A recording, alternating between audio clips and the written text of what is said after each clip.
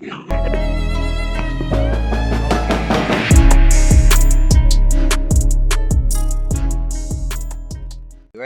ha. Nakabalik na yung tag vlog dere.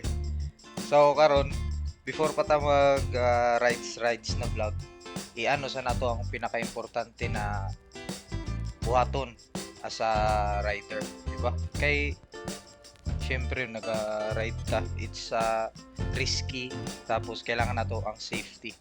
Mo nato ang i-push, di ba? So para ni sa mapilay karong endurance, nabalita event endurance sa August, Dayaw Endurance sa Kadayawan. No, medyo taas-taas to na biyahe, night to duha to ka biyahe na ay 761 o 400 plus kilometers.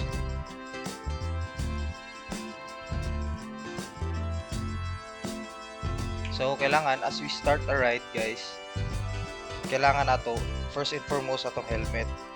So unsa ba kailangan nato na helmet? Karang syempre dapat standard. Dili kayo swak sa atong budget. Mopalit og katong mga high-end na helmet. Naaman tay mga baratuhon na helmet available lang diri sa Davao.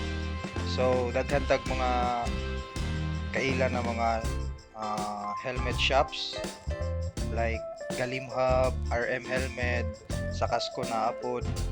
Daghan nasa Dr. Moto Gears diha sa may Katalunan Pequeño sa sulod sa Galaxy gas station, Galaxy ata na. So muna ako ang helmet, i-share lang na ako sa inyo ha. Okay. This is full face helmet sa Evo. O Viper na siya. So kailangan when you choose your helmet guys, dapat fully protected tanan ha, gikan sa likod dire ug dire sa chin. So full face ang recommended yun. Pwede mo mag half face or katong modular, pero para sa ako mas ganahan ko full face. So mo ni siya ang isa sa ginaingon ako na budget meal. Nara ni siya sa mga 3K plus. Paitata na ko ni 3.4, 3.5 diha. Napalit ako sa RM helmets sa Puan. So kung nagapangita mo helmet na mas barato, i-try nila ninyo ang Evo, no? Ano? Gwapo man siya. Dual visor. No. Na siya visor diri sa kuan. Para kung kuan, ay sito. Ay sa. Ara. Oh, diba? Okay kaya, diba? Para kung sobrang kahayag, namoy visor. Hindi mo kailangan mag-shades. So, nari si 3.5 ah. 3K plus. Okay. So, ako ang isa ka helmet is this one. Napalit na ako sa Kasko. This is a Spider Recon na carbon fiber edition. Snake carbon kay na yung mga pattern siya na murag ambot lang kung maklaro ninyo. Mura siya ka panit sa bitin. No? Pero hexagonal pa natay. Ambot mo siguro na hexagon. And carbon fiber shell, gaan, full face gyapon, dual visor. Sorry, kita na to dual visor. Dual visor siya. Tapos ang foam, nindot ang foam. Medyo mahal-mahal siya ng gamayan atong isa kay carbon edition man siya. So nasa sa mga 10K. 10K ang SRP yan. To be precise, 9,995. So 10K na lang na round off. Napay cambio yung Gmail, napay cambio 5. Okay na kaya, di ba? Para na siya sa ato ang kulog, para na yung salud sa tumutok. Okay, so sa next, nanatay helmet. Next, nagapangita mo og gloves. Gloves yun ang next thing sa helmet. Para sa ako lang ha, kay mamugod siya murag affordable. So natay mga gloves na affordable, dili siya branded, ingani. Humok siya, humok. Gihatag ra ni sa ko atong gitabangan ako na foreigner sa Katalunan Pequeño. Gihatag niya kay kuan na murag pasalamat niya dili kay tanaw dawaton pero nag-insist man siya so gidawat na lang nako no. And okay na ni at least in dili mabugnawan, dili mainitan yung kamot tapos in terms of mag-crash na siya plastic na murag defense niya or guard para dili magising yung palad. Diba? Na siya. Tapos nabog ko'y pang ride na ako na gloves. Napalit gyapon ako sa sa Dr. Moto Gear sa Catalunan Pequeño. Mura lang mga 1K plus 1.1 ata ni 1 or 1.2. Or 900. Barato lang ni siya. Yan. Medyo comfortable. Tapos nagyapon siya gardery. Ambot kung tinod carbon fiber. Komine ang brand, Komine. Yan. So kung nanatay gloves, nanatay helmet, sa pa may next na to panahon. Ang ako kung ako lang yung sundo na mag-invest ko sa jacket. This one is my jacket, no? Proven and tested na jacket. Napalit na ako sa RM Helmet Hub sa Puan. Around 4,000 plus or 5,000. Na-crash na ako ni guys, tanaw. Na-crash na ako ni nanigisi diri. So kung wala na ako nigisuot katupad crash na ako. Damage akong diri guys. Ay mga punit to. So ang nakagwapo sa mga helmet, mga gears na pang riding guys, riding gears, riding jacket, na siya pads diri. Matanggal. Removable ni siya. Pwede nimo tanggalon na siya mga pads para at least dagdag protection sa imong elbow, dagdag protection na siya.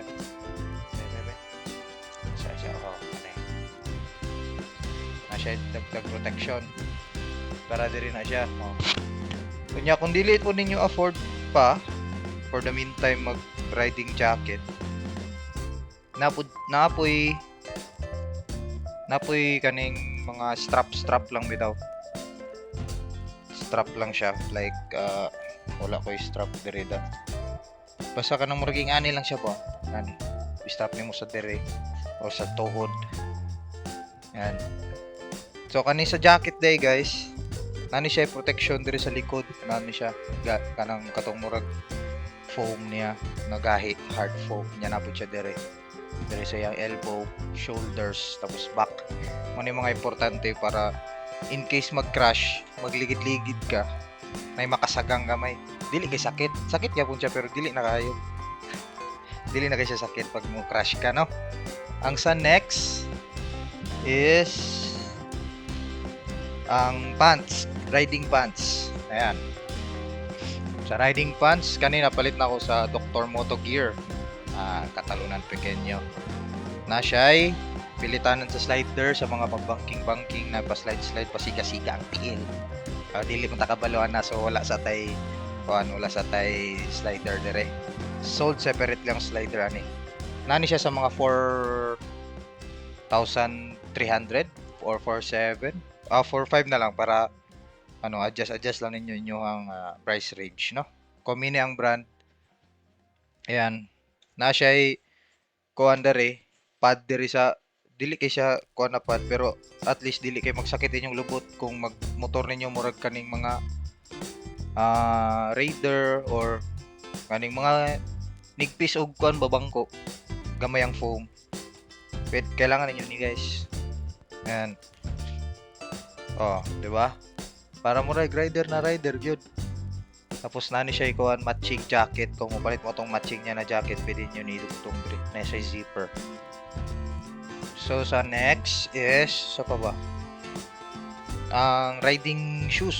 So boots, riding boots. Ingani akong gipili nga riding boots. This one, hugaw siya kay nagamit sa rides. And kuan ang brand ani? Augie ang brand. Na siya protection para sa shifter. Dere tapos protection dere sa ankle. Dili kay ni siya riding oriented na boots. Kaya pwede man ni siya pwede man nimo siya gamiton sa pang ano, pang laag-laag sa mall. Mura ra siya kanang high cut na ano, Converse style. Murag sneakers lang siya ba. Pero, di ba? Pwede pang riding. Palit na ko ni 4,700 sa RM Helmet Hub sa Puan, no? So, ang importante guys, palit mong mga gears or mga pang rides is ang importante ang importante kay dapat snug fit or fit na fit ba? Fits like a glove. Yan o, snug fit. Para at least comfortable tapos dili siya dali matanggal. Diba? Kaya muna importante sa mga helmet. Kaya daghan og kailan ng mga helmet naka-helmet. Tapos na-disgrasya sila, natanggal ang helmet, na damage silang ulo. So, dapat snug fit. Pag kuhanin mo sa helmet, i-demonstrate nato.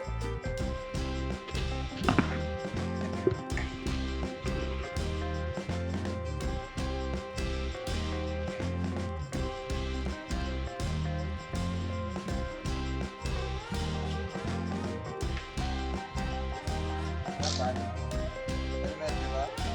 Helmet dapat sa side. Dapat hindi palabay yan. In terms of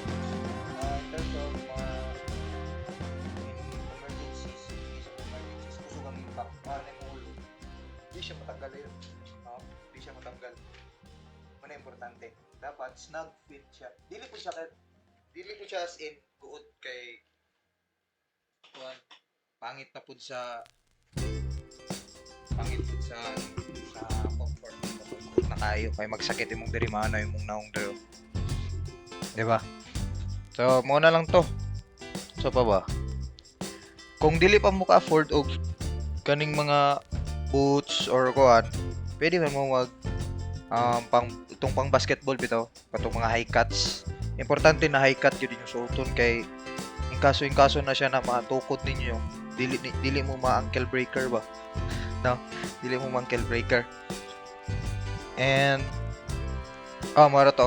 Kani. Kung dili mo ka palit pa og katong riding pants, nga ni options ninyo. Gear. Mo siya strap para ma-strap lang siya. Sabi, strap na niyo. Strap lang siya. Para at least protected inyo ang knee o leg. Leg ba ni? Basta knee. Protected siya sa impact. Kaya dapat ma-strap siya taro. Kaya katong last time ako sa Talaingod, nag-crash ko dito. Katong pakita na ako sa jacket na nag-crash. Naginani ko ato. Tapos, wala na ako na-check ang quality sa strap. Natanggal ka po ng strap. So, nagasgas ka po ng tuhod. No? Mura to. Mura siguro to. Muna to tanan, no? So, muna lang paalala na ako para sa inyo, ano. Pag before mo ride, mga long ride o bisag short ride lang basta kay ride, mas dapat unahon nyo ninyo yung safety. Kay lisod na, wala ba i-take to sa kinabuhi, no?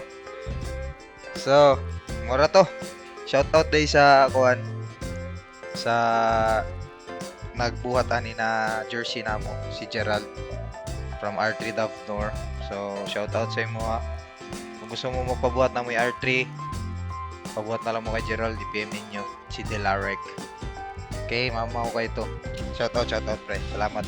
Nice kayo, ganahan kayo ko sa ganahan kayo ko sa tas na siya yung mga lines dere na murag pwede na po siya para makita sa ining kagabi bitaw. No? Then shout out po day sa naghatag ani na kalo, sponsored by Boss Calvin sa MV Equator, taga Sikihor. Shout out. Pero daghang salamat sa imong kalo, boss. Magsamok-samok na po ko-usap sa inyo ang newsfeed ha. Subscribe na lang mo kung ganahan mo. Daghang salamat, no? Nya kita-kits na lang ta sa mga ride. Next video basig sa ride na ta. Mara sa ta karon practice lang niya to, ano. Daghang salamat sa pagtan-aw. And comment na lang mo kung napo may mga pangutana. And ride safe.